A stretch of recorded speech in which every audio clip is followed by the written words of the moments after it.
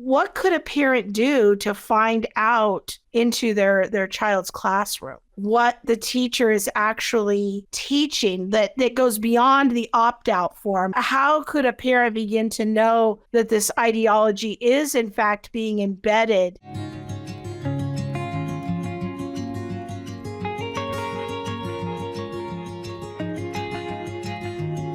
Well, one of the best ways of knowing is to go to the school and volunteer as a teacher assistant, actually. Parents can do this. Teachers will often welcome it. They love to have a free helper to make their work a little easier. But to be there, they can monitor it. They can see what's going on. They can even have a potential influence on the teacher. Say, I think this is actually going to make some parents upset. I'm not so sure this is, something you want to necessarily do. So I would, if I had my way, I'd have parents as teacher assistants in every school, public school in California, to monitor and then to report to Pacific Justice Institute what they see, what's going on, and then so we can then step in and take action as needed. Also, we have a film. I want to make sure I mention this. It's a documentary. It's a very eye-opening. It's very well produced. It's called Sex Ed. It's on our website, but it's called SEXXX Ed. Let parents decide. So Sex Ed, you just go to our website, pji.org, pji.org. Click Parents' Rights, the box that says Parents' Rights, or they can go through the resources on the top. Either way, they're going to find it. It's a great, very effective, powerful video on specifically the curriculum mandates for California schools. Also, I want to mention there may be people watching this who are not in California saying, "Oh, I'm so glad I'm in Fort Worth, Texas." Well, guess what? Fort Worth, Texas, their school district, they adopted this curriculum in compliance with the California statute. St. Louis and other cities across the country are being pushed to do this, to adopt it. And the objective from the radical LGBTQ movement is, well, we get Fort Worth to do it. We get some of these other Texas cities and other places that are dominated by teachers unions and radical leftist teachers unions, which they are. And then we can justify this anywhere. We can say, well, Fort Worth is doing it. It can't be that bad. It's So that's what's going on. So everyone in the nation should watch this and should be aware this is what's coming to a public school. If the school board, especially if the school board is made up of people who are endorsed by the teachers union, then you can bank on the fact that this material is or will be coming to that school district in the not too distant future. But I like your strategy there of parents being proactive and not just wringing their hands like, hey, go volunteer in your kid's classroom, because that, if you're able to do that, that might even be an intervention for other kids in your community that you can begin to sound the alarm about. Right. And having that proactive stance. Yeah. I'm wondering if you have any thoughts about data collection, because I'm seeing this more and more. We did an entire episode where I showed on screen one parent was able to get a survey that was given to her child in a public school in the Northwest. And it was in a high school context. And so we went through the survey on this show, showing parents, this kind of data collection is happening. And I'm wondering if you have any thoughts about that.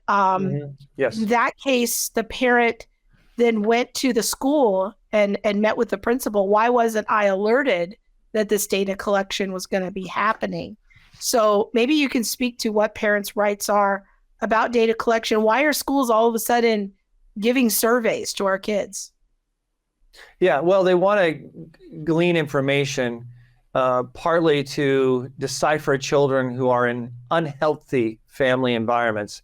It's a witch hunt to weed out families that have a dangerous, quote unquote, Christian families with a closed-minded Christian or biblical worldview or Orthodox Jewish worldview, so that they can rescue these children and take them out of those families, these harmful, hate-filled, dangerous kind of families. That's their world view, their viewpoint. That's a part of it, actually, and social workers and CPS work along with that very closely. The good news is that parents do have statutory rights, depending on the state, with regards to questions and surveys. California has a statute, a law addressing surveys, particularly when it identifies the child, and it's a question dealing with sex or morality, religion. There's even the Hatch Act. So there's a number of statutory measures that can come into play. Parents are not without legal remedy necessarily. The problem usually, though, is that parents don't know it's happening or that it happened. That's a big part of it. I want to mention a couple things on this that I think could be very helpful also. One is we have a book called Reclaim Your School, 10 Strategies to Practically and Legally Evangelize Your School. There's a chapter for teachers, for students, for parents, for school board members, model policies for school boards to adopt 21 model policies. It's all available free, all without charge. You can download the book for free on our website, pji.org. So I want to get that out. It's very important. The other resource is dealing with fending off social workers. If you have a child in a public school, your child is much more at risk to be taken from you by the government. And here's why. If the child is in being homeschooled, the government has to get a warrant, first off, and it's very difficult for them to come in the house to be able to threaten you, and you've got time to work with, and we can work with you, and much safer in that regard, generally speaking. Private schools, not as safe, but safer than public schools, because private schools give a little more pushback and say, whoa, wait a minute, why are you here, social worker? Exactly what's the issue? Okay, hold on, wait right here, just a second. And they can call the parents, they can bring the parents in and help to prevent some false information or the child being questioned without someone else being there, for example.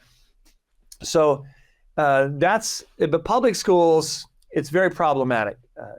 Public school teachers talking to a child says, a girl says, I feel like I'm a boy. Oh, really? Do your parents, do they know about this? No, my parents would kill me if they knew. Oh, really? Well, let me bring in the school counselor. School counselor comes in, calls the social worker. Boom, they take the child. The parents say, what happened? What happened to my child, my daughter? She's in a very safe place. So what we have for parents, particularly for parents who have kids, or for all parents, but those in public schools, it's an article we wrote called 12 Steps to Protect Your Children from CPS or social workers. It's called different things in different states. 12 Steps to Protect Your Children from CPS. Download this. Folks, if you have children or grandchildren out there, go to the website, download it. It's free. It's without charge. There's no, Amway presentation at the end. I mean, there's no hook here. There's no angle. It's just we want to serve. We want to protect as many children as we can from being taken by social workers and who work very tightly with the public schools and the school counselors. It's 12 Steps to Protect Your Children from CPS, and they can download it, keep clicking on our website, pji.org. Now, I know that in my friend's case, she was able to get a hold of the survey and be able to look at it, but it was not easy. And the only reason she even knew that it happened was because her 10th grader told her, oh, we had to take this weird survey at our school today.